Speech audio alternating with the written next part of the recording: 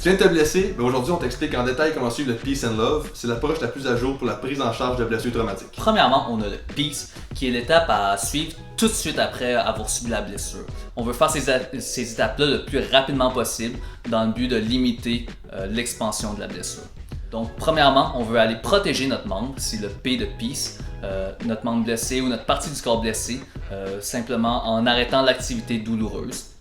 Donc, par exemple, si on s'est blessé à la jambe, on va essayer d'éviter de marcher dessus, on va éviter de recevoir toutes sortes de coups dessus, etc.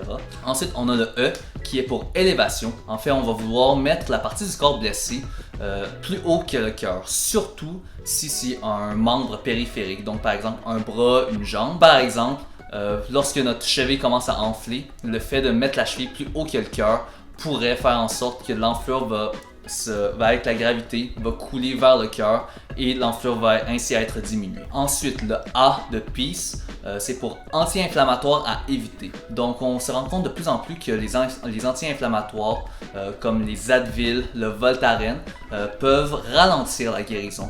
Donc, ils sont dorénavant à éviter lorsqu'on vient de se faire une blessure traumatique. Par la suite, on a le C pour compression. Donc ça peut être toute forme de bandage, taping, ça peut même être un bas. Le but, c'est vraiment de faire une compression autour de la zone blessée pour, encore une fois, empêcher l'enflure de s'accumuler. Et finalement, dans le Peace, on a le E qui veut dire éducation.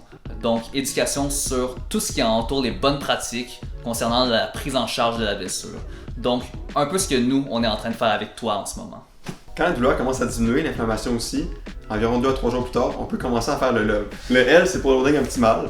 Fait que ce que je veux dire par là, c'est que si jamais tu as une entorse de cheville, ben, tu commences à mettre un petit peu de poids tranquillement pas vite sur ta cheville, puis graduellement, tu peux commencer à marcher, courir sans douleur. Le O, c'est pour optimisme. Les études ont prouvé que si tu gardes le sourire, que tu restes positif, tu vas littéralement favoriser ta guérison. Donc, reste positif, garde le sourire, puis ça va bien aller. Le V, c'est pour vascularisation. Ce que je veux dire par là, c'est que tu vas faire du vélo, de la marche, de la course, n'importe quoi pour faire pomper ton cœur, puis qui va augmenter la quantité de sang qui va aller vers ton site de blessure. Finalement, le E, c'est pour exercice. Donc, l'exercice qu'on va faire va être spécifique à notre blessure. Par exemple, si on a une blessure de cheville, on va faire un exercice qui va être spécifique à la cheville, par exemple pour augmenter sa mobilité ou sa force. Au final, n'hésite pas à aller consulter un professionnel de la santé pour avoir le meilleur suivi pour ta blessure. Écris-nous dans les commentaires si notre vidéo t'a aidé. Puis abonne-toi à notre chaîne.